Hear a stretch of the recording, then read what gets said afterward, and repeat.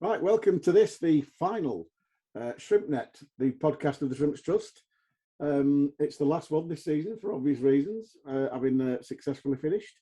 And it's been a memorable season for many, many reasons. And as we look back at our favourite and least liked moments and recap on our ultimate survival, with myself and Joel are accompanied by the effervescent and always pointed Charlie from the board. Charlie, welcome along. And a welcome return and a good chance to recap for General Manager Ben. Ben, welcome along. Evening, Freez. So I want to start really just general. We've had one season in League One. There are many, many, many things to talk about. We've had a brilliant FA Cup run. We've lost a manager, gained an old manager, beaten some illustrious teams, both home and away, and obviously ended up with one of the top three scorers in the division. So, just as a general, Joel, pleased? Yeah. I mean, at the start of the season, it was all about staying up. And then with the way that things have unfolded throughout the season, that kind of bad run around November, December, looking like we might be fixing that after January. And then obviously Stephen Robinson leaving in February, Derek coming back in. A few, it was always going to take a little bit of a while, maybe a couple of months just for everything to gel. And then having that kind of incredible final run towards the end of the season. So, yeah, just a roller coaster. I think that's probably going to get used quite a few times tonight. But, yeah, exciting. I guess while it was happening, I would have rather it be more comfortable. But you know what? Now I'm out of that. Now looking back, you know what? I wouldn't have had it any other way. It was exciting. It's good. So, yeah. And at the end of the day, staying up, that's a success. And the season, both on and off the field, there's been loads of work done. And looking at it in plain terms, as general manager, Ben, you've got to be chuffed to bits. The crowds have been good. There's been loads accomplished. The communication from the club's improved dramatically so that fans are aware of when somebody pulls the socks up, etc. And so from that point of view, as you coming in at an important time with a shall we say, a job that's not been done before, you've got to be satisfied with your performance, haven't you? I'm absolutely delighted with the progress we've made. I think when I came on the first time, we said it wasn't about, necessarily making radical changes that overnight, revolutionise the club. That doesn't really happen. What it was about just being better at what we do day after day after day and, try something, get it wrong, hold your hands up, say it didn't work and why, and try and make it right next time. And I think we've had a lot of that this season. We look back now, and again, like I say, I sit here incredibly proud of what the people at the club have achieved in new circumstances to everyone, that's supporters and how they've conducted themselves and backed us. And I said it throughout the difficult periods we had through the season.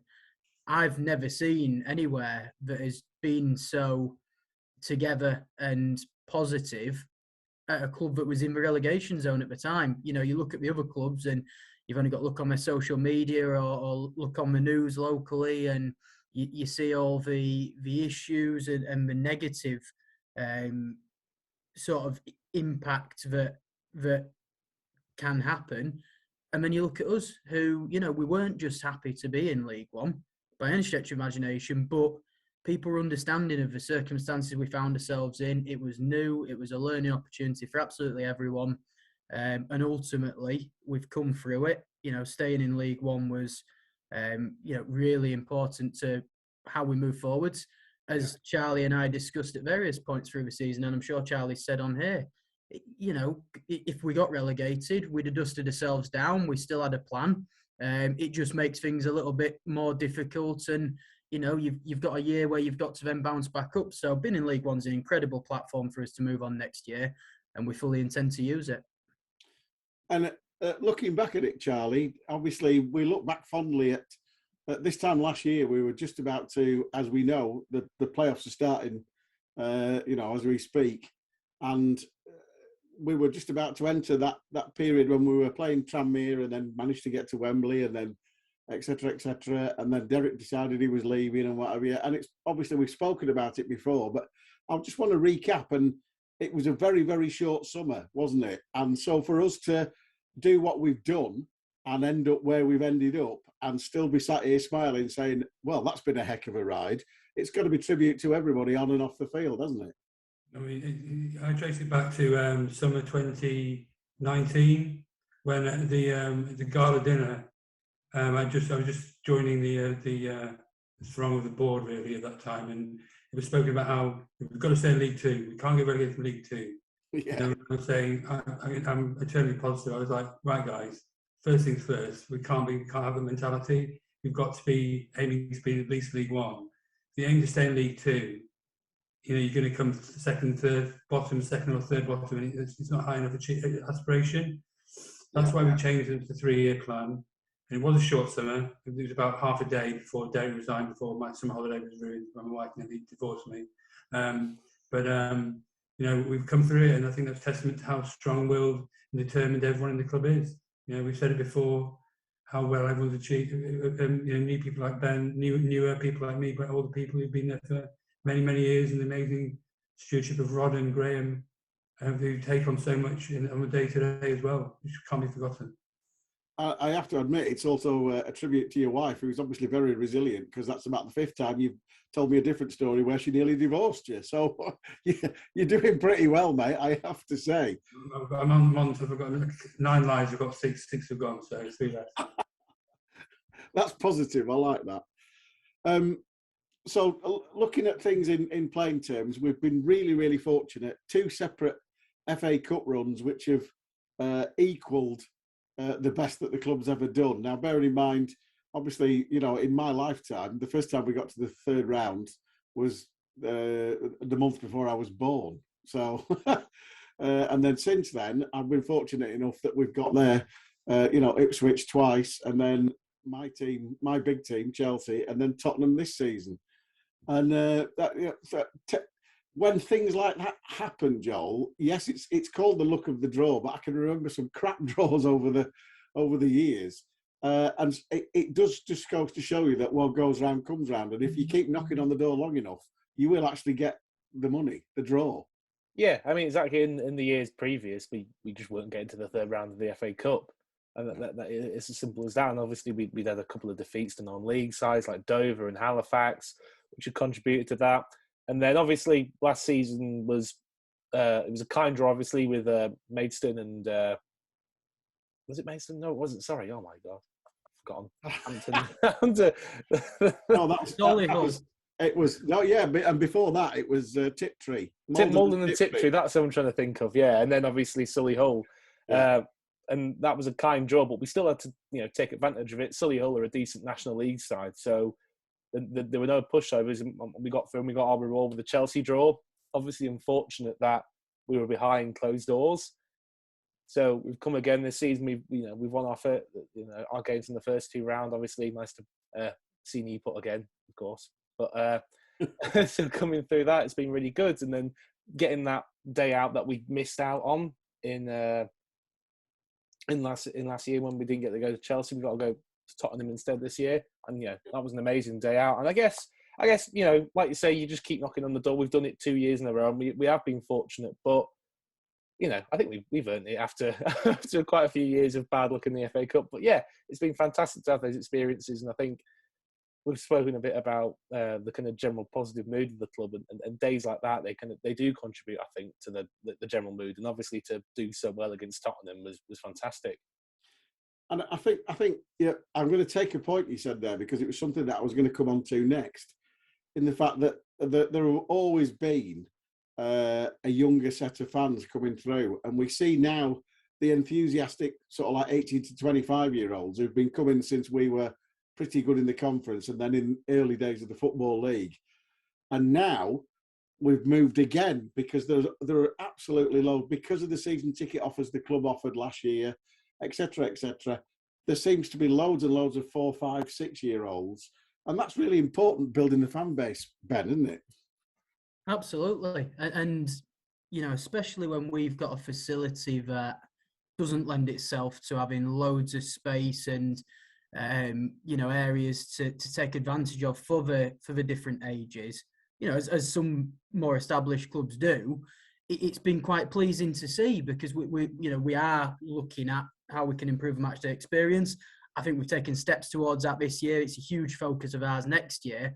But to see the younger fans coming through, the people who've been around since we were at Christie Park and in the Northern Premier League, and the feedback we're getting from them saying, everyone said at the start of the season, yeah, it's brilliant, we're going to grow, but don't forget where we've been and what's gone on in the past. And I think we've managed to find that balance and look after the people who've been around and supported us when there was probably a couple of hundred on the terraces, but also make it a place that is welcoming and new supporters want to come along and feel comfortable when they do and a part of something. And again, it's testament to what the staff have done and how they've looked at things this season, but it's also testament to the supporters, because you stood next to someone different every week and everyone looks after each other. And as I said, feedback is always, we had a great day, made to feel more than welcome. We're part of the MFC family.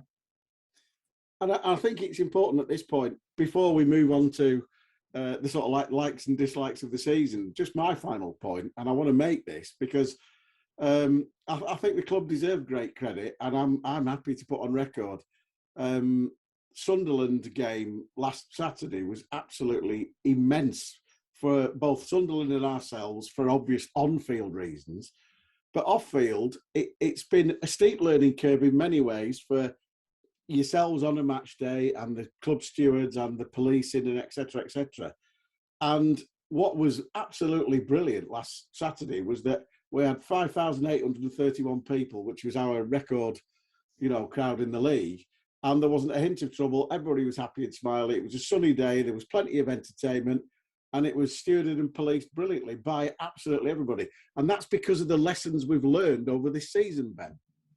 Absolutely. And I've come into it new from the outside, so I've not had the experience at the club that a number of people have. But we have gone from crowds of low 2000s pre-COVID, a long period out of action, and then come back and been hit with 4,000 plus. So it has been challenging. I mean, when I came in June 2021, you couldn't pay by card in the ground. You couldn't pay by card. You couldn't buy an away ticket online.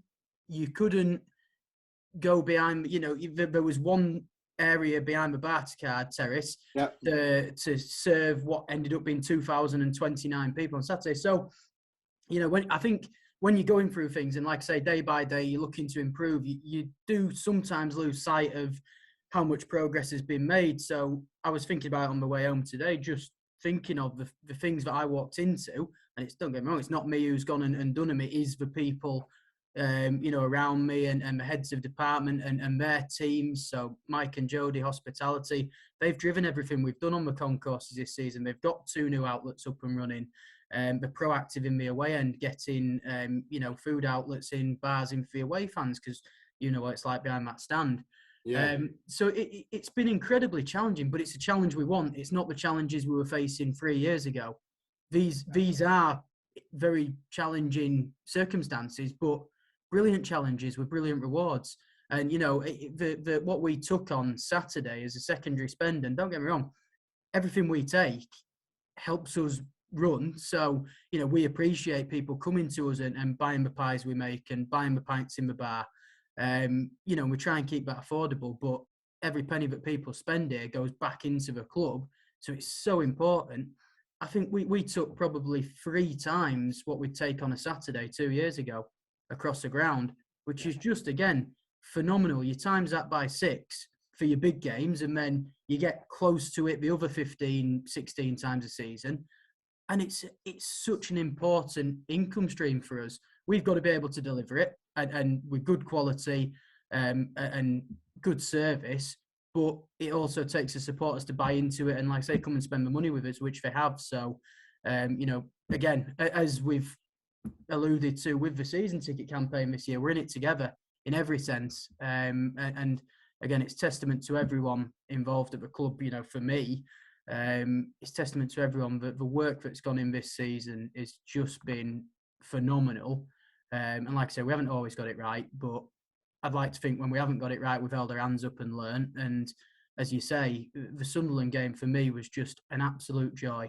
And I woke up that morning knowing, A, we were going to stay up, but B, I just knew we'd get it right because we've got the right people, preparing right, doing the right things.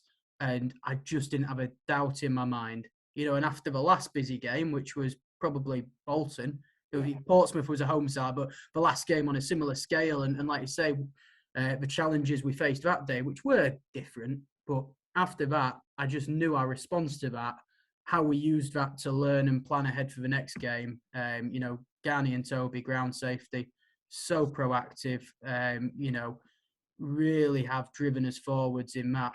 I sleep easy knowing that they'll get it right. That was really my veiled point in the fact that we've learned every game this season, and from a Barticard season ticket holder, you know, the behind the home end has improved dramatically. As you alluded to there were over 2,000 people in that home end, and there were barely queues for apart from at 10 to 3 for absolutely everything, and everybody was happy and smiley, and because everything that you've done during the close season, like put the extra concession stands in, etc., and make sure people can get access, buy by card, pay by cash, whatever means they want to. It all improves the match day experience, and that's probably the same for you in the posh seats, Joel. In the posh seats, my ivory tower and D-block. No, yeah, you can definitely tell, you know, there's more people there. The service is good. So yeah, it's been great to see that kind of improve a lot, and like you say, you know, just more reason to spend a little bit more money at the club on top of the fact that the pies are already fabulous.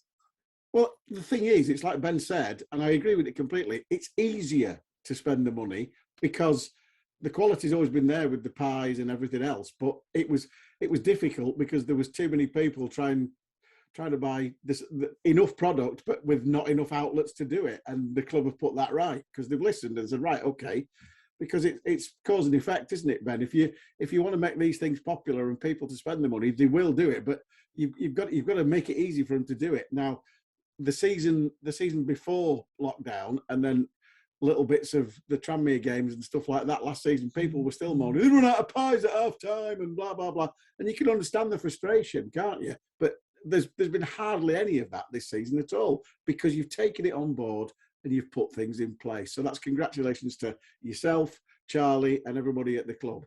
So I'm finishing blowing smoke up your backside now. Now on to my list of grievances. No. I want to move it. How about, yeah, no mushy peas. I knew Charlie would say that. Well done, Charles.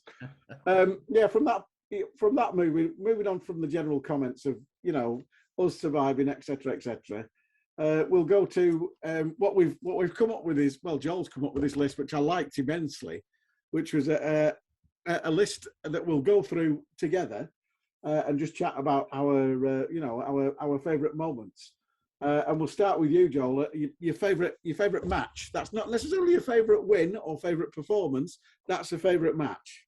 Live match. Yeah, match us all live as well.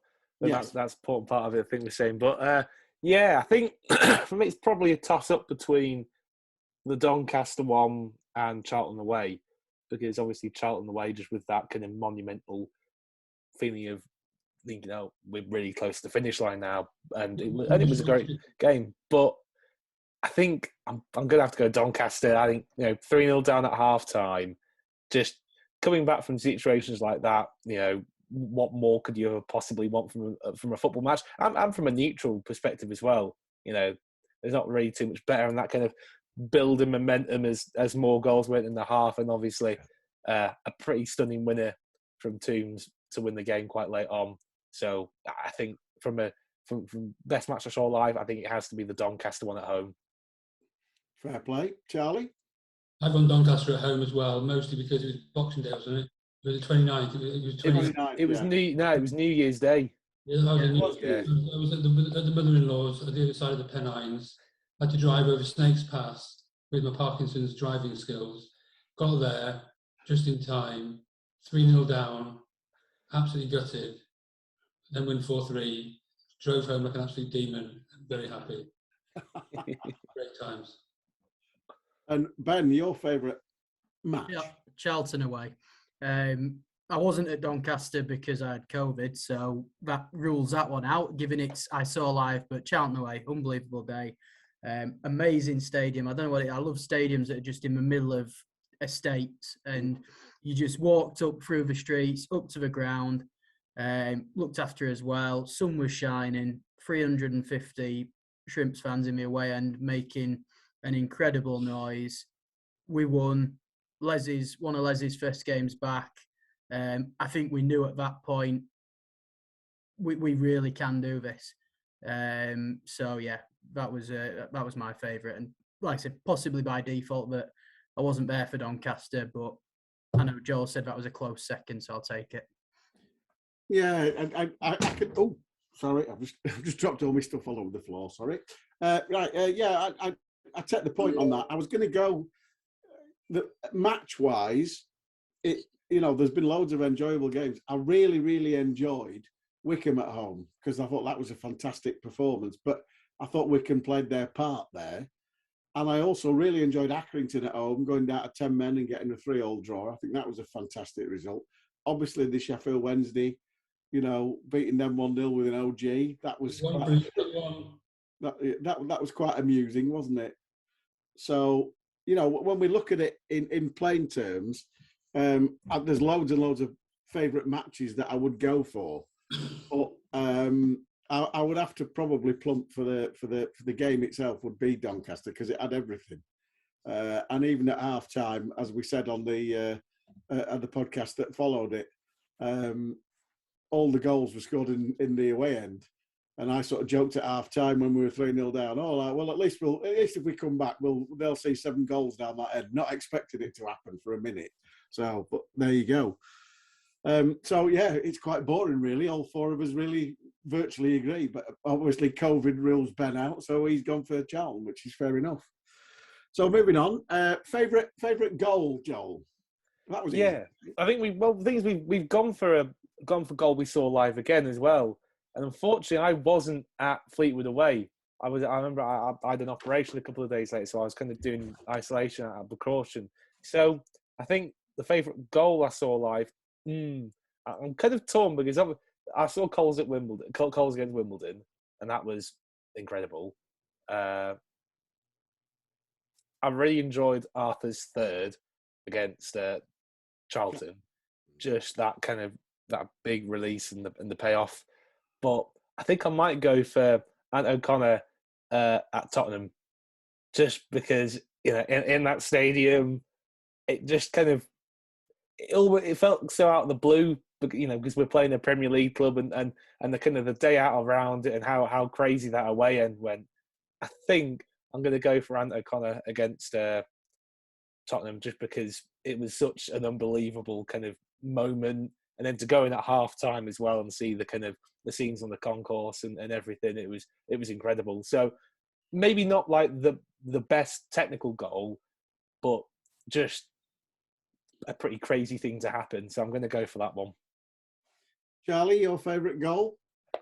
Well, I've gone for 2, sadly. Sorry. First one is Cambridge away. Oh yeah, that was fantastic. Everyone was absolutely stunned to see that. People couldn't believe the home crowd was silent because they couldn't believe we'd gone in. Unbelievable goal. But another goal I want to bring to everyone's attention, which was a very, very important goal, was Cole's goal when he ran round everyone at Ipswich in the first game. Yeah. And I think Cole must have thought, bloody hell, I can do this. Yeah. I can score against the favourites of League One at the time. The first game of the season away in front of 25,000 fans, and made them look like idiots. I think that really kicked him on for the rest of the season. I really believe that. No, again. The Fleetwood, the Wimbledon goals, the Cambridge goals, the Oxford goals. Randomly, were all away, weren't they? Which I've seen, which I saw. They went to a lot less home games. But I think they gave him belief to scoring those Ipswich goals allowed him, I think, psychologically to score all those other goals in the season. Yeah, you could be right. It's a good point. What about you, Ben? Favourite goal? Well, I saw best goal I saw live come through, and I don't know whether it's just by chance, but I did go to the majority of games, but I didn't see the majority of Cole's wonder goals. They were the games I didn't go to. There's a recurring theme here, isn't there? Convenient, yeah. Stay away and he'll score a decent one. So by the end of the season, I was just sat at home all afternoon. But I think it'd be Cole versus Wimbledon in terms of the best goal. You know, the technical ability and just the speed of thought and action. And it wasn't a fluke because he's done it regularly. Yeah. You know, you do that once a season, you go, wow, you'll never score a goal like that again. No, Cole means it, and it's exceptional. I think in terms of outpour of emotion, I agree with Joel. Arthur's third at Charlton, again, that was just a moment where I just thought, you know, I usually manage to keep quite emotionally stable and calm. I don't know inside whether I am, but outside I don't really tend to show much emotion when we score, but that one just got me. I just immediately, instinctively, you know, felt it, and I was on my feet in the middle of the Charlton fans. Sort of, two of them decided to come and have a word at the end, and it's all a bit strange. But I'd say that, and then, you know, we can't not mention versus Fleetwood away. I was watching on iFollow that day, and genuinely my laptop went in the air, and next door's cat jumped from my garden to its own, which it was just incredible. Just the time of it, you know, how much it meant. It was two teams who needed a win, and in the 94th minute, I thought the game was over. I normally turn my laptop off with 10 seconds to go. I go, that's it. But for some reason, I kept it on, and over time, balls come out to him from a corner. Referee's about to blow, and he just turns and hits it from 60 yards. And the scenes in the away end were just absolutely unbelievable. And I think that's probably, I would imagine, something that'll stay with those who were there for a long, long time. Well, it's no surprise that that gets my vote. That does get my vote. I was fortunate enough to be there. The amusing story with that is that myself and Glenn and Swids, the matchday announcer, set off, and we set off in plenty of time. We were going to meet mates there. We'd organised a pub and etc. etc. So we set off about 10 to 1. So it was, you know, Fleetwood, maybe an hour tops, depending on traffic. We'd came off the M55 and came off at Kirkham and Wesham, and then we head into Fleetwood. We get to the lights where you turn right to Fleetwood, and Glenn just goes, shit. And I'm like, what's the matter? He went, I've left my ticket in my other coat. So we had to turn round. We're like 5 miles from Fleetwood. We had to turn round. Swids absolutely belted it down the motorway. Glenn ran in his house all the way back to Bear, got his ticket out. We got there, and we got in about 4 minutes past 3. And literally we were like, all our mates were like, where have you been, etc., etc. And they went, oh, yeah. And then somebody said, oh, I trust you being late means you won't be leaving early. And we were all joking, going, well, if we're not doing so well, we might leave early. Bloody good job we didn't, isn't it? Because as you said, you described it beautifully, Ben. Because the simple fact is there was a lot riding on that game. And we'd gone there determined to try and get something, but not necessarily a win. But we let them have the ball. We defended really, really well. It was a game of very few chances. And how Cole's goal didn't win goal of the season in League One, I will never, ever know. Because that is, they voted Barry Bannon's chip, which is a great goal, don't get me wrong. But they're all saying, oh, you can't vote for... Cole's wasn't even in there. And I saw a few Sheffield Wednesday fans saying, oh, yeah, but the keeper was way off his line. Well, he was way off his line for Barry Bannon's. He was stood outside his 6-yard box. So it irks me that didn't win the goal of the season, because that was the goal of the season. For me, anyway.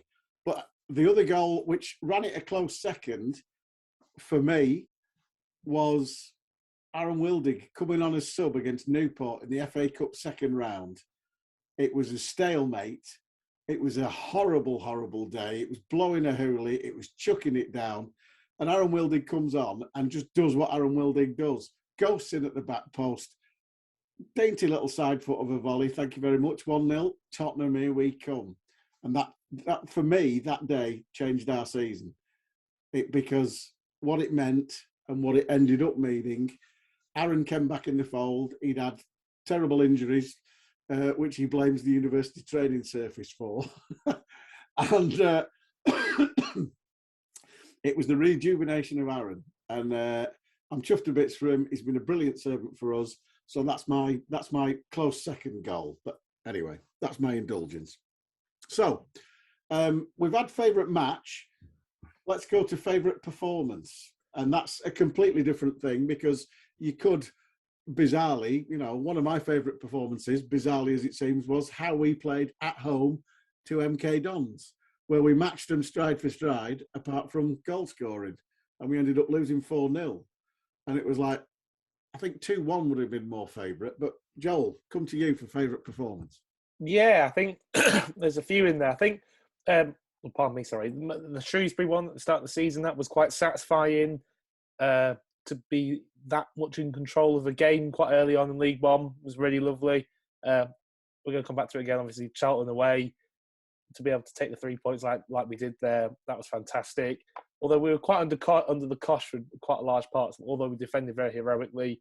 Burton, very, very in control. We can't win every single game we played this season. I know, yeah. Giving some honourable mentions.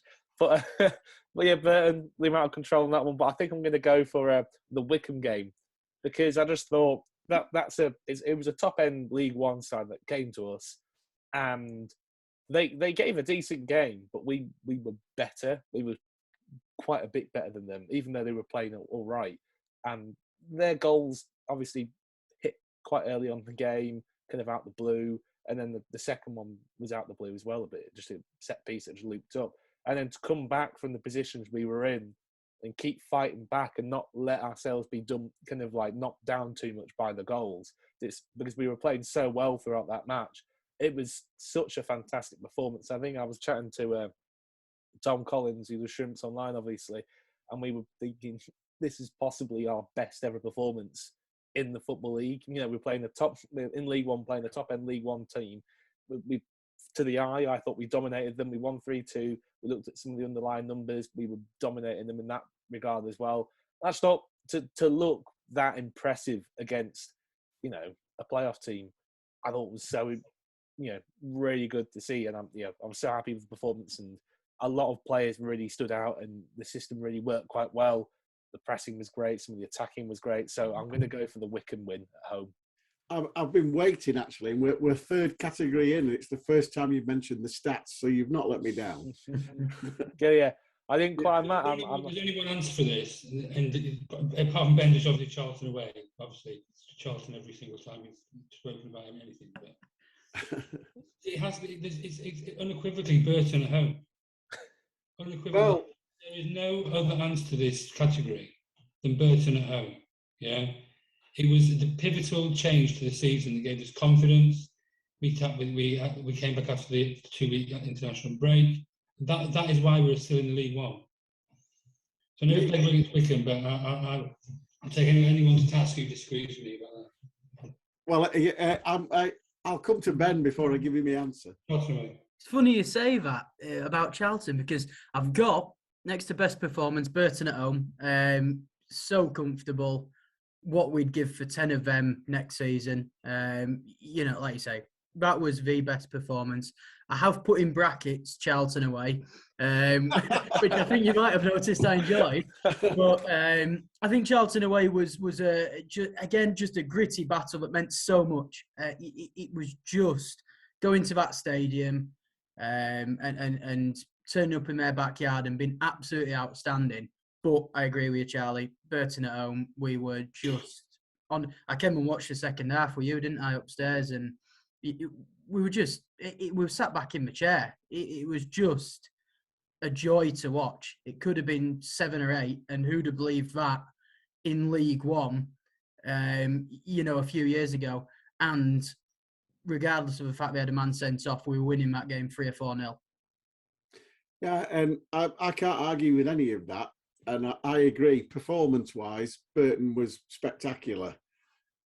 So I'm not arguing with you, Charlie, but I'm going to come back to Ben because you've intrigued me because I've been dying to ask you.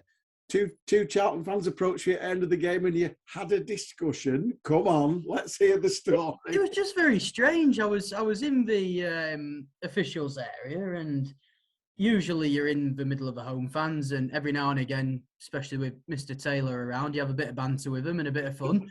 But I was sort of clapping down and waving at Les and saying hello, and then next thing I know, two of their fans there was a chap next to me who suddenly these two lads were offering him outside, and I just thought, what's going on here? So I just sort of, hang on, lads, what's happening? Get yourselves off home. It's getting a bit late, and yeah, they really wanted to go and say hello to him in the car park, and I've never experienced. I've been to some places that are a little bit partisan, but these guys really wanted to familiarise themselves with him. So we just smiled, and 3 points were on the way back up to Morecambe. Well, thankfully, it didn't get any worse than that. There was a steward on the gate, and it was the smallest gate you'll ever see.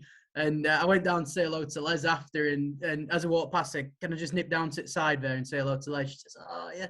She says, I'm so grateful that, she said, I'm so thankful that nothing happened there. She said, I don't know what I'd have done.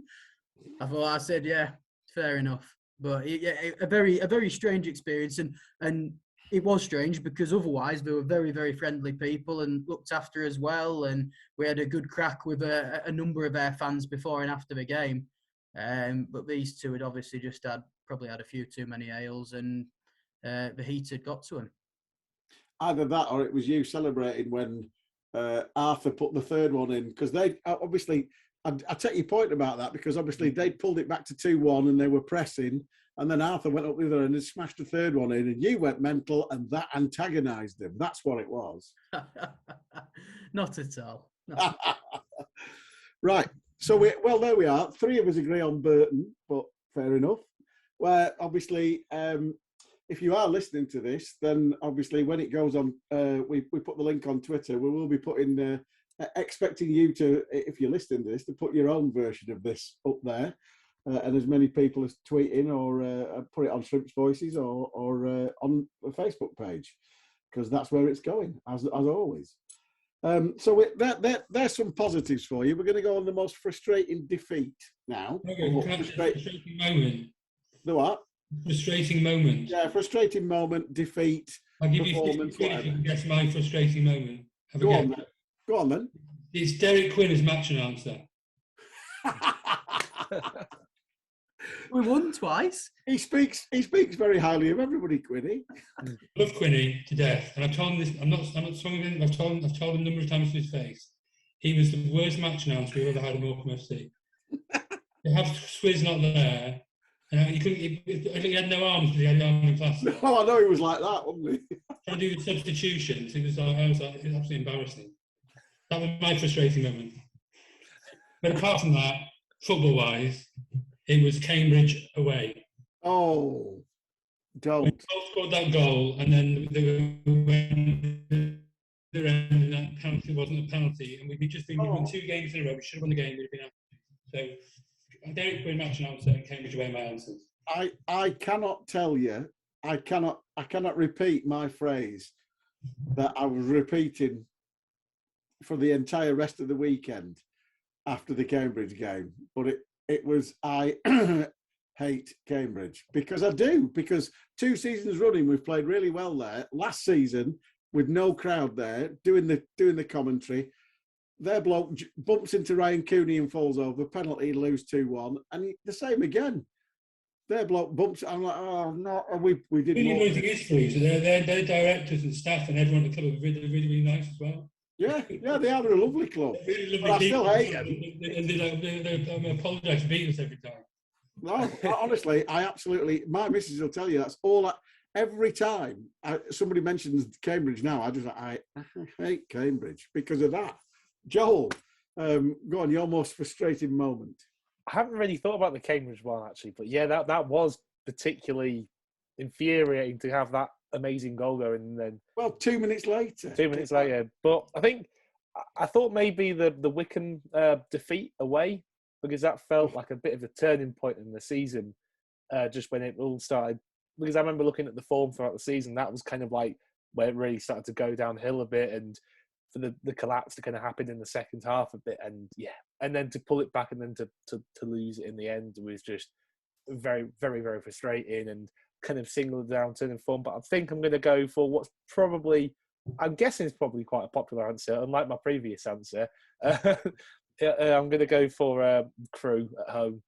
I think that was the probably the nautiest, kind of the tetchiest that I've seen the Mazuma this season, and it wasn't a great performance. I don't think Crew did a lot to deserve to win the game, but then just for a kind of slightly weird goal to kind of go in for them to get the winner, and then kind of huff and puff a lot in the second half without creating too many clear-cut chances really, and just that was kind of almost like the low point after that big kind of bad run throughout kind of November and December. But yeah, I'm going to have to go for that one. Although thankfully the next game it turned around quite nicely with Doncaster. But yeah, most frustrating moment's got to be Crew. Ben, anything different to that? I hear what you all say, and they do remind me of frustrating times. But for me, simply Bolton twice. They've scored 90 plus 8, 90 plus 4. Yeah, we deserve to win both. Mostly, I know there weren't defeats, but wow, I felt deflated after both of them. Only for a few minutes, but yeah, them two games. Given what had gone on in the previous 90, on the pitch, I really do think we were value for 6 points against them this year.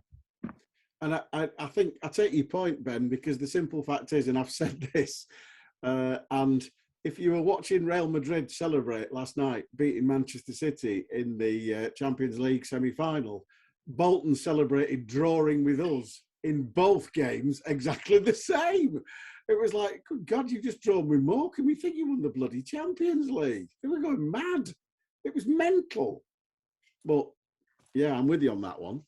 And I think, to be honest, the worst moment for me, it was the free kick that went in for Tottenham that was not even meant to go in from Harry Winks, because he's admitted it. It was supposed to be drifting to be headed in at the back post, and everybody left it alone. And Trevor looked a bit like, who's going for it? Nobody's going for it. And as soon as that went in, I was like, no, because for 72 minutes we had a dream, didn't we? We all had a dream, and it was happening. And they did not look like scoring. And it just goes to show you that something like that can change it in an instant, because all of a sudden they've got absolutely nothing to lose. They bring on Lucas Moura and Harry Kane, and it's goodbye Morecambe. So that was my frustrating moment. But there you go. But at least we were there to see it. So moving on. Your favourite player of the season, not Cole. Yeah, not Cole. I think we missed the category. Most important moment / win. Oh yeah, I've got that. Don't worry, I've got that. That. Yeah. I've just thought I'd mix it up a bit because they were quite similar. So I'll come to that further down. Go on. Cool, fabulous. Well, I'll say. So it's not Cole. No matter who you say, it's not Cole. We're not allowed to pick Cole. It's too easy. I don't know. I've thought about this before actually. I think it's weird because at certain points throughout the season, it's kind of been different players who've really stepped up. I thought Ant O'Connor was great in a period where the team wasn't performing so great, and he was kind of one of the people who was standing out. Shane McLaughlin had a really good first half of the season under Robbo. Young has been pretty devastating at times, particularly in January, February. Toombs has been a really good, reliable fixture all throughout the season. Well, come on. Yeah, I don't know. Yeah. I'm kind of I'm weighing it up. I'm kind of tempted to go Arthur Nahua because I thought he was quite impressive under Stephen Robinson. I don't think people really acknowledged that because he wasn't getting loads of goals and assists. But I thought under the radar, he kind of carried out quite a lot of good tasks. He worked quite hard off the ball. The way he kind of drifts into little half spaces and is able to pick up the balls in those areas.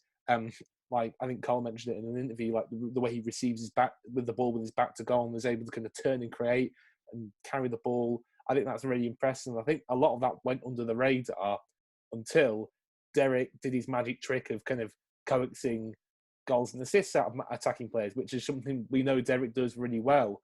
And then I think maybe the little stuff that Arthur does then comes to the fore. But I think he's been doing that all season. So I'm going to go for I'll go for a slightly different choice and say Arthur Nahua. After naming half the squad. After naming half the squad, yeah. I wanted to give honourable mentions. I feel guilty if I don't. I've gone for 3 instead of 27 like Joel, but I've gone for a lone player, which is Trevor Carson. Yeah. Undoubtedly saved us on a number of occasions. Lovely guy. It's a great guy to have around. I've gone for established, player from last year who's been available most of the season. Gibbo, I think he's been brilliant. Yeah, been fantastic representation of the club as well in all areas, and cameo appearances and general spark. I've gone for Aaron Wildy. You mentioned the Newport game earlier. You mentioned the Burton game, and that run we went on. He was the captain's armband, like a caged beast. Like trying so hard getting the team going. So they're my 3. In no particular order. No.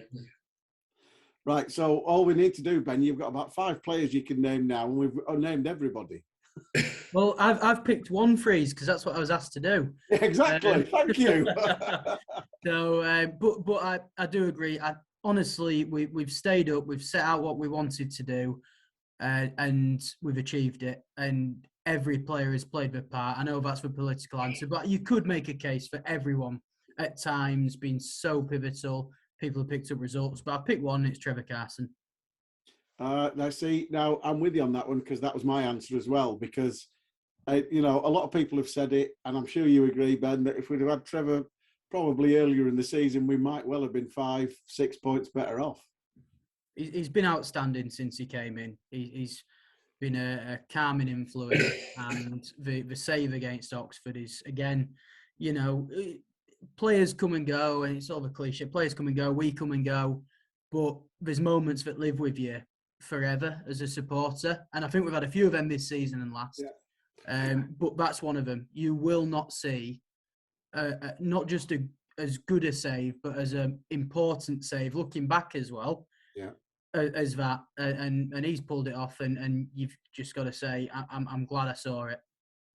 It was amazing. It was, and everybody who was there will tell you that everybody, even the Oxford fans and the Morecambe fans, they thought it was in. You could see the Oxford players; they were just head on hands, like, "What the hell has just happened here?" How did get that out? It was stunning, absolutely stunning. So that's what we think. What do you think? Obviously, get involved on Twitter and on all the other platforms that we're on. So we'll go back to the category that we were going to. I've knocked it on one just to mix it up a bit, and obviously the most important moment of the season, or your favourite moment, Joel. I'm gonna go the Burton win. I think.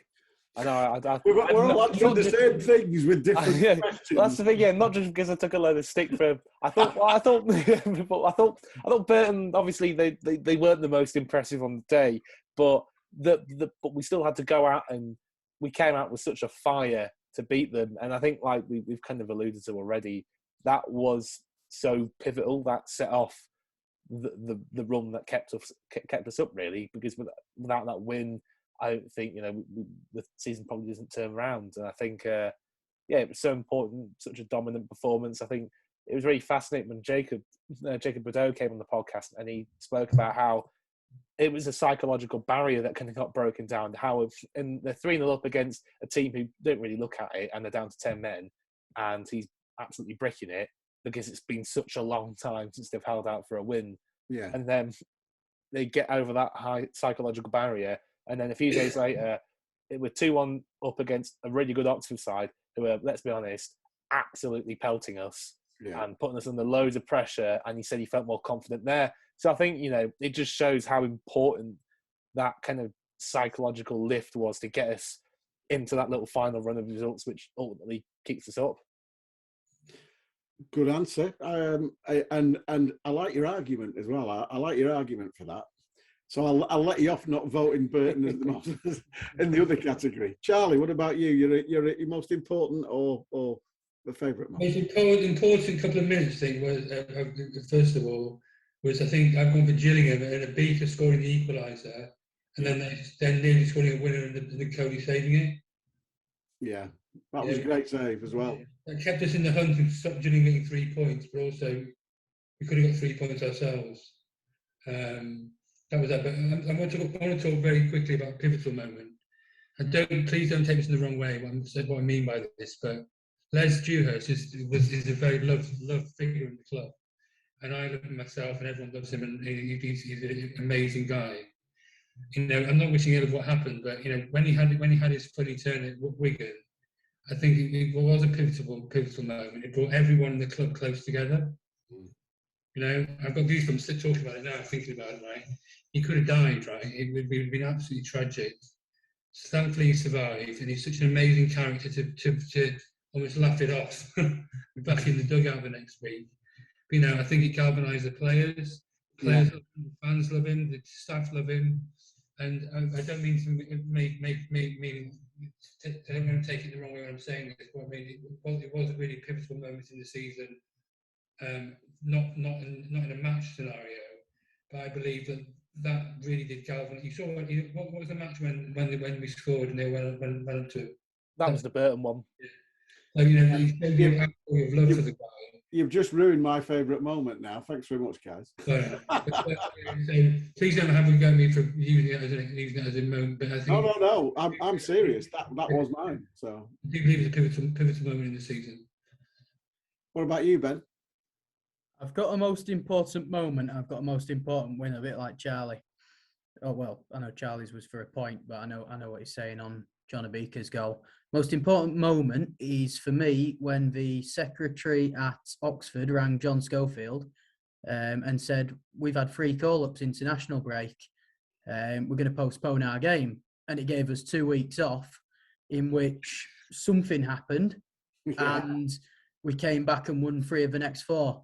So, in terms of the most important moment, there's everything you've said, and you could pinpoint 100 more, but that's a bit of a fun one. In terms of a most important win, Doncaster for me, it didn't revolutionise our season, and suddenly we went on a run, and you know we got away from the bottom, but you know, without them 3 points at half time, if that result had stood, and you can say it's about every game you play, but if that result had stood, we're back in League Two.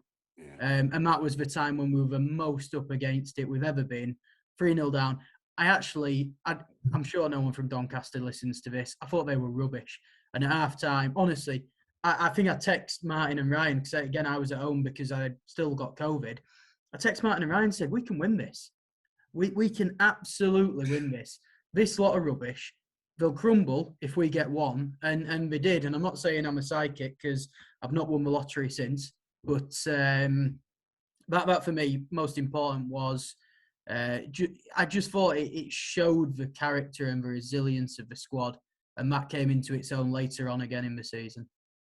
And it's strange because we were at that situation then when we beat Doncaster, when we were scouring the loan market, trying to get in at least 3 or 4 players to sort of like put us in a position to stay up. So it was important that day. And like I said, my thunder's been stolen, because my favourite moment in the season was Adam Phillips scoring the second goal from a lovely cold turn and through ball, and Adam smashing it in and then running 50 yards back to Les. And the entire squad and all the subs and everybody just jumping on and nearly giving Les another heart attack. And that was my favourite moment of the season. I've played football with Les. I've known Les since we were both early 20s. We played in the same Saturday League side, etc., etc. I know what the club means to him, because it means exactly the same to most of us. And I know exactly that Les goes over and above. And to see the delight on Adam Phillips's face and the rest of the squad, just to share that moment with Les, was a very, very special moment for me, because it showed exactly what Charlie said. It encapsulates what's special about Morecambe Football Club. But that's just me being sentimental, but that's my thoughts. Get involved. Right, we're the biggest injustice we're looking at now, the biggest injustice of the season. And I think I know what's coming from at least two of you. Joel? Well, actually, I was thinking it was going to be obvious. Right, goes 1, 2, 3, say it. 1, 2, 3. Dylan Conley at Bolton. Doncaster penalty, Bolton penalty. Yeah, go on. Doncaster. Also, Cole's goal versus Fleetwood not being involved in the League One EFL goal of the season shortlist. Bizarre. Cole not being in the team of the season. Bizarre True. As well. True. So there's a few, but to be fair, Chris Hussey got in ahead of Carlos Mendes Gomez last season, so God knows what they're thinking when they put those. No, right. I know it's a travesty, but it's obvious. We're not surprised, are we? But I suppose, yeah. When Greg Lee got rugby tackled, no penalty, a really important point in the season, really important game, which we were definitely going to win. I'll defend my corner on that one. Well, yeah, no, I get that. I'm trying to think what's the more unexplainable one. I think I remember looking back at like some of the replays and remember thinking at the time the referee and like the liner were just looking at each other and they kind of like both expected the other one to signal for it and then neither of them did and then they just kind of bottled it, I think, which is what I felt happened. But I haven't worked out what happened with the Greg Lee one. But I'm going to say it's a tie between Greg Lee and Conley. They were just, who knows what the hell happened there? Just referees, eh? Well, I know what happened there. They were both. One was rugby tackle, the other one was fouled, and it was a red card, and we never got anything. In fairness, I wouldn't say probably from a letter of apology, though. I wouldn't say it was a red card. I think that's a bit far. It was a yellow, but it wasn't a red. Which one? The Conley one. Well, actually, no. Right. The Greg Lee could have been a red actually because it could have been a red. To play the ball. Because no intent to play the ball at all. Because he was rugby tackling him. It was rugby tackling. That was a red, definitely. But anyway, Ben, what have you got? This is not a drill. I have written penalty at Bolton / Doncaster. Yeah. We had a lovely letter from the Football Association on the Monday that said Bolton, the referee was going to give it, but the linesman had told him it's not a foul, so he didn't. And I'm sure over the years we've received lovely letters saying the linesman said it's a foul and the referee hasn't, and the referee pulls rank. But hey, look, at the end of the day, the biggest injustice has not led to an overall injustice. So that's football. We dust ourselves down. All's well ends well. We're still here. We're still smiling. So if we'd gone down, we could have just done top number 10 injustice, number 9 injustice, number 8. Yeah. We could have framed that and put it on the side, and it made us all feel a lot better, that letter. Yeah, but thankfully we survived. So have we got a kind of unanimous the Donny and Bolton pens that never work? That's what's written down, the two of them. Yeah, I think we're all pretty agreed but on that. I would say, Joel, and I did have this plan when I said it. The only, in fairness, the Bolton game at home, I thought. And as was proved by the red card being overturned, I thought we got away with one. I still think we were playing very well in that game at home. And like I said earlier, I think we were valued for 3 points. But Cole missed the penalty. Well, that's it. But he hit his chest and he got sent off. For me, I watched it. I was there, and it just didn't look like a handball to me. So I do accept that we possibly got one there and they got one. And again, that's football. That's why, as much as it frustrates you, that's why we love it.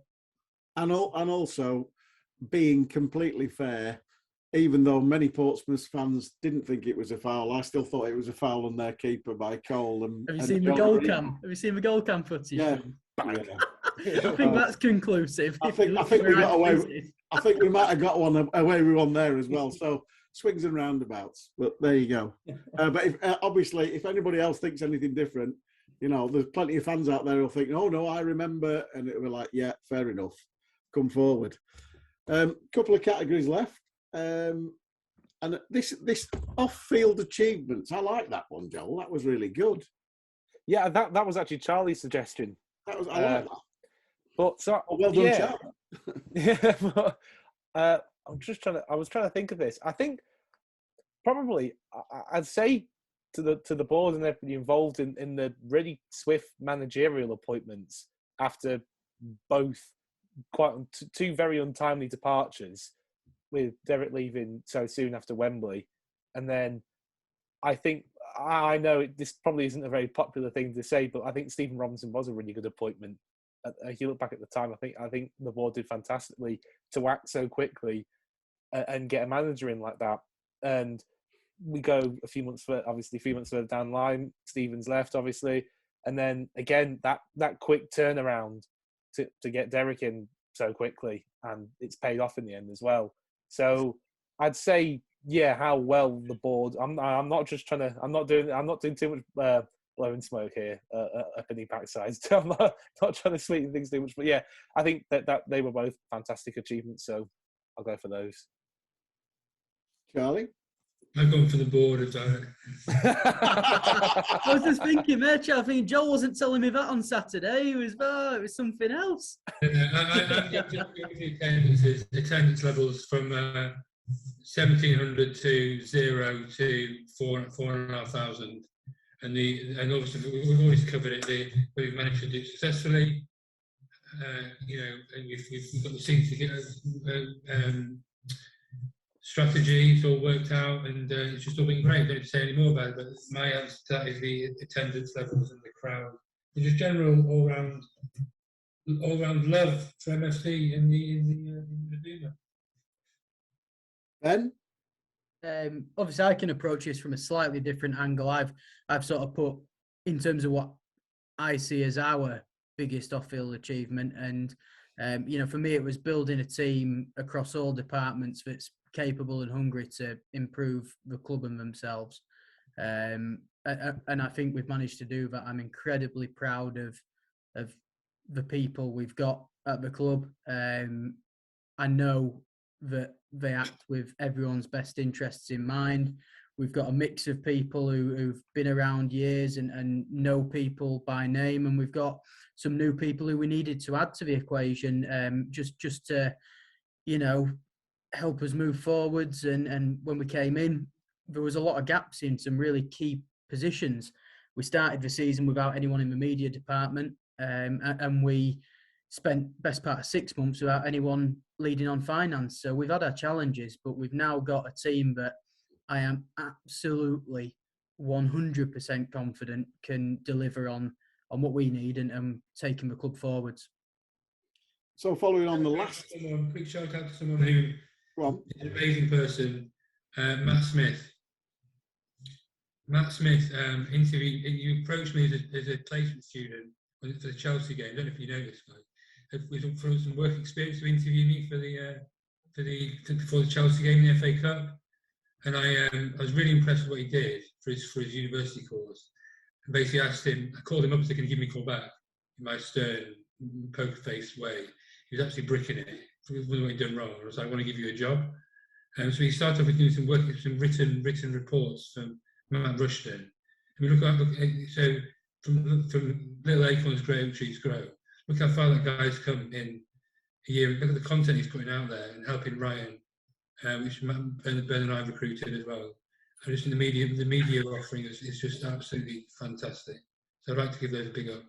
Yeah, he's a good penalty as well, as we've seen. Yeah, he missed a few on his outtakes. Oh yeah, I saw that. He was out there about an hour and a half trying to hit one in the top bins. Oh, you see, it's all in the editing. There we go. That's what I suppose that was him displaying his talent in the editing. Yeah. So final category, and there's only Ben can really answer this. Well, particularly Ben and Charlie. Most exciting off-field project this summer, apart from me and Joel are going to say building a squad that can compete. What is it? I've gone for football stuff because Ben knows about the off-field stuff more than anything. First of all, we're investing in the training pitch. A lot of money to try and get the training pitch right for the grass football pitch. Investing in the squad, which we'll talk about in a bit as well, I'm sure, and to try and get the best squad possible. And also the kit, which is really, really designed by fashion chief extraordinaire James Wakefield again. Full kit wanker, as he's known on here. They are nice. It's really, really nice. And I'm gonna maybe give you, Joel and Dave, a quick preview afterwards. Well, James did actually, the ones he was thinking of, he showed us about a couple of months ago, and they were both very nice. The away kit was absolutely glorious. They're really, really, really, really nice. So Yeah, so we'll be looking forward to seeing them. So go on then, off field, Ben. What's the challenges? Most exciting thing off field? Have we got best podcast guests to come? yeah. I've left that out, and I'm being honest here because we haven't had a bad guest, and I'm not blowing smoke at anybody's backside. We have not had have we, Joel? No. We've all got our favourites, but we haven't had a bad guest. Everybody's been really honest. You name your favourite, though. You can name your favourite. Yeah, of course you can. When Robbo came on, he was brilliant, and the one thing about Robbo was he was speaking about the 5-game blocks, etc., and it made all sorts of sense. But then when we stopped picking points up, it didn't make any sense whatsoever. So and that's what people were saying, because they're using it. I mean, all right, I agree with what Joel said. We thought Robbo was the right man at the right time. But then when things went wrong, the 5-game block was the stick to beat him with, because he'd been honest and come on and told us about it. And then all of a sudden, by sort of like middle of January, it was like, oh, we haven't put too many points in this block or that block or the other block. And all of a sudden, it does become a stick to beat with. So I've deliberately missed that one out. So go on. I appreciate that. I just wanted to double check. Yeah. Most exciting off-field project this summer for me, and we can get into specifics eventually if you want, but I've just put the opportunity to plan. I came in June last year, and I'd made it clear to the board when they brought me in that it was going to take 90 days to establish myself and have a really good look at what's going on prior to making any key changes or decisions. So that took us into September, best part of which you're then in and amongst the season, and we've been chasing our tails a little bit. Despite the progress, it's all been pretty ad hoc where it's had to be. So I've just put down the opportunity to plan. I know it's not what you want to hear in terms of some massive, exciting monorail going around the ground type thing, but you heard that here first. It's happening. But honestly, I am incredibly proud of what the team have done this year, and we spoke about it earlier. But we all know we can improve again, and we want to, and this May, June, July will give us a fantastic opportunity to really get into what do we need to do and how we're going to do it, who's responsible for it, and get people on with it in good time, not once we're into the season. Yeah. We have 1 year into our 3-year plan, right? Only started last year. 2024 is when it finishes. So, we're obviously so proud of what we've done, but we've got a long way to go. Yeah. For the record, my favourite podcast guests are John and Beaker. I thought was fantastic. He's great. He's really, really engaging. I wasn't on it myself, but I really enjoyed the Gibbo one the other week. I thought he was really warm and great. But my favourite one of the lone people was Trevor and Jake when they first started after they played at Spurs. Yeah. And they'd come in and didn't even know each other's names pretty much. They're playing at Tottenham Hotspur Stadium. They were absolutely buzzing, weren't they? Yeah, they were. I'm not commenting because I've just enjoyed talking to everybody. So there you go. That's my politically correct answer. Go on, John. I'll go on there. I quite enjoyed Yokel because his kind of Labrador puppy energy. That was fantastic. Absolute mentally. Yeah, that was very great fun. Said some crazy, wacky things about getting smacked in the face by a ball and enjoying it. So I quite enjoyed that. Ben quite enjoyed Ben and Ryan when they were on. A great addition there. But I say I really enjoyed that. I think this is probably quite an easy choice, the Derek Adams one, because I didn't expect to get quite as much as we did out of him. He ends up giving us quite a lot of detail, really interesting information. Exactly. It was fairly obvious as we spoke about it afterwards that it was quite a relief to be back and not at Bradford, which came across in everything he said, that he suddenly realised what he had at Morecambe, which... I was more thinking about his tactics, but yeah, that too. So, final thing to chat about. A great place to leave it is on season ticket sales, Ben. How's it going? And we're pretty confident in reaching the 1,000 for the seating and 1,000 for the standing, so that everybody gets the fantastic deal again. Absolutely. We're really pleased with how people have taken to it already. We understand that they've gone on sale a lot earlier this year because we've been able to. So sales haven't been quite as extreme in that first week, but again, we expected it to. We launched it not too far from when the new shop launched, and we saw a really good uptake on that. So we knew people would be waiting perhaps until the next payday or later in the summer when we know what the price is going to be.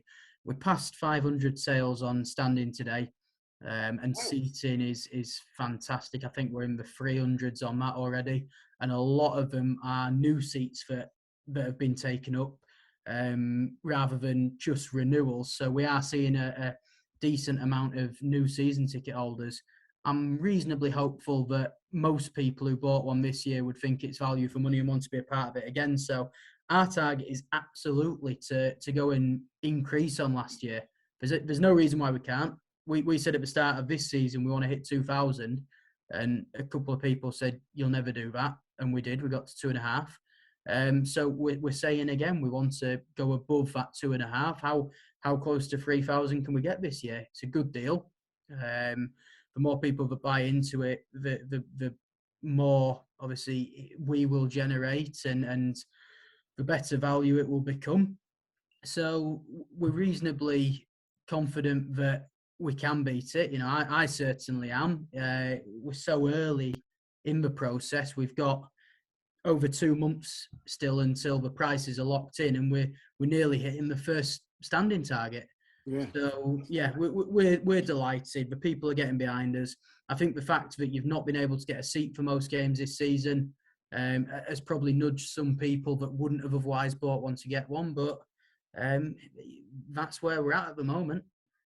So it's really, really positive. So final thing before we wrap up, I know people will be listening, expecting us maybe to talk about the retained and the released list. We haven't done that, a deliberate ploy, because obviously we have got people on contract who have been told if they can find alternative employment they can leave, but it could be that we end up with some of those players still here at the start of next season. I think sometimes that can be, you know, managers can use that to sort of give one or two people a gentle kick up the backside should it be needed. So I don't necessarily think that, you know, it's all done and dusted. Obviously there'll be people to disappear and new people coming in, but that's why we haven't spoken about it, because I think as and when we return, which will probably be as the friendlies start, we'll have plenty to discuss then, and hopefully we won't have all preconceived ideas about who's gone and who's stayed. We can talk about it then, can't we, Joel? Yeah, exactly. Obviously, the quick word for the people who have gone already, yeah, especially people like Toombs, who's been such a monumental figure over the past couple of seasons in promotion and staying up. You know, it's very sad to see him leave, because but you know, it's how football goes sometimes. But you know, what a player he's been, and some of the players who've kind of been great this season, like Bennett and Lee, they've both been fantastic. And obviously Jacob Mensah unfortunately hasn't had much of an opportunity, but you know, hopefully he's able to make an impact somewhere else. And Freddie Price, unfortunate that an injury came at an unfortunate time, you know, but you know, he's a cracking talent, so hopefully he can make an impact somewhere as well. So all that's left for me to say is thanks, Ben. Thank you for coming on. Thank you for being so honest and open, and also good luck applying for the Charlton General Manager's job, as you obviously love them. Thank you for all your help this year, Charlie. As usual, avuncular and always great fun. We do appreciate your input, yourself, James, Graham, Rod, everybody else who's been on from the club. But also, you know, we enjoy having the crack with you and James when you're here. And thank Joel, you all the people I've harassed over the last year. Yeah. Text messages, WhatsApps, phone calls, trying to get people to come on. I really do appreciate everyone bearing with me to try and get the people together, because I think most of the players actually do secretly hate me for stalking them. But and the new people coming in, I'll get their numbers as soon as possible, please. And you know, one of the main reasons, obviously, we know that Aaron Wildig has got another contract is because obviously he's your go-to man in the dressing room, which we now know. Aha, secret's out. So Joel, thank you for all you do. You're the technical brains behind this, obviously recording it all and making sure it's fit for broadcast. This wouldn't be, I wouldn't be capable of doing this without you. And as usual, your stattiness leaves me completely in your wake. All I do is sit here and try and be as nice as possible and get people to say good. The final point should be Freeze, and congratulations to you as well. Yeah, it's something that I actually look forward to doing. And when we started doing this 14 months ago, you weren't very good. Yeah, and to be honest, I'm not that right much better. But there you go. You're like Wogan now, mate. You're like Wogan or Parkinson. I'm Parkinson. You're Wogan for different reasons. Yeah, true. Yeah, good point. You keep. Look at the Derek interview, the Robbo interview. You coax things out of people. You're a very friendly character, very knowledgeable. You're very, very loyal to the club, and I know you're looking for a new gig, and I think this suits you perfectly. So it's mostly down to you, mate. The success of this podcast. So it's team effort, and we couldn't do it without any of you. So if you're listening to this and you've enjoyed it, tell other people. Obviously, come back with your feedback online, whether it be Twitter, MFC page on Facebook, or on Shrimps Voices. All have a lovely summer. We're going to, but Ben's going to be working hard, getting the team, putting things in place. Joel's probably going off on holiday. Charlie's going off unless he gets divorced, and I'm going on jet2.com as soon as this is finished. So have a great summer. We'll see you back for the friendlies. Just one thing. Everybody's been twittering saying, "Can we have a friendly in the Isle of Man?" Great idea. Can it be possible? Who knows? So I'll leave that one with you. Thanks for listening. This has been ShrimpNet. It's been a fantastic season. We're aiming high next season. We were 19th this season. We're going for at least 18th, if not higher. A big budget. Up the Shrimps.